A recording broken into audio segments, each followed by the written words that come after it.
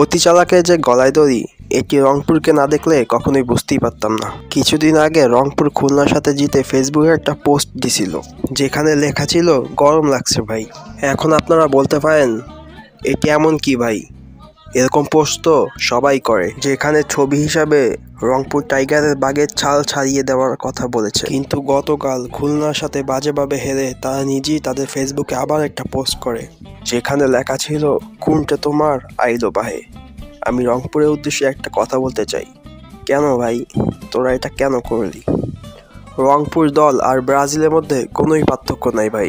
Brazil দলটা যেমন কোনো টুর্নামেন্ট জেতার আগেই তারা কাপ নিয়ে সেলিব্রেশন করে, তেমন রংপুর রাইডারও তারা বিপিএল জেতার আগেই তারা ট্রফিটা কোন গাড়িতে করে নিয়ে যাবে, হাতির পিঠে করে নিয়ে যাবে নাকি কুমিরের পিঠে করে চিন্তা করেই বিপিএলটা কাটিয়ে দেয়।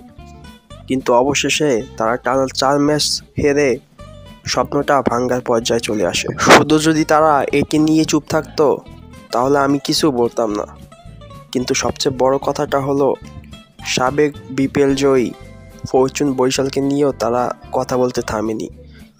যারা এখনও সেমিফাইনাল নিশ্চিত করতেই পারেনি তারা এখনই সাবেক বিপিএল জয়ী ফরচুন বরিশালের লঞ্চ ডুবিয়ে দেওয়ার কথা বলতেছে।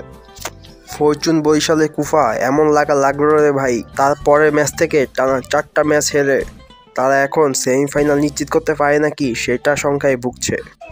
বিপিএলে আপনার প্রিয় টিম জিতুক আর নাই জিতুক, রংপুর রাইডার থেকে অনেক কিছু শেখার আছে।